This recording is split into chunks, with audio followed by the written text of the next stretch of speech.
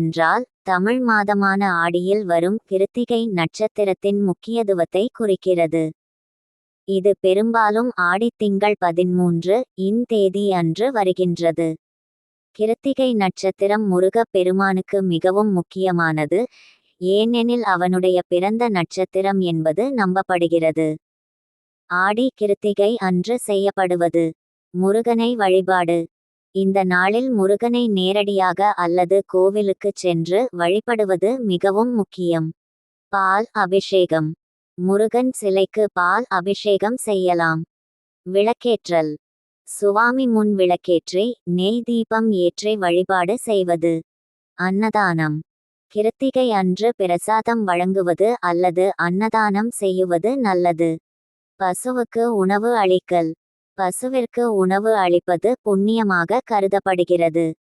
கிருத்திகை என்றால் நமது சுயம் மற்றும் நம்முடைய அடையாளத்தை வலிமையாக்கும் ஒரு நாளாகும். இந்த நாளில் முருகன் வழிபாடு செய்வது நமது வாழ்க்கையில் நல்லதொரு தாக்கத்தை ஏற்படுத்தும் என்று நம்பப்படுகிறது.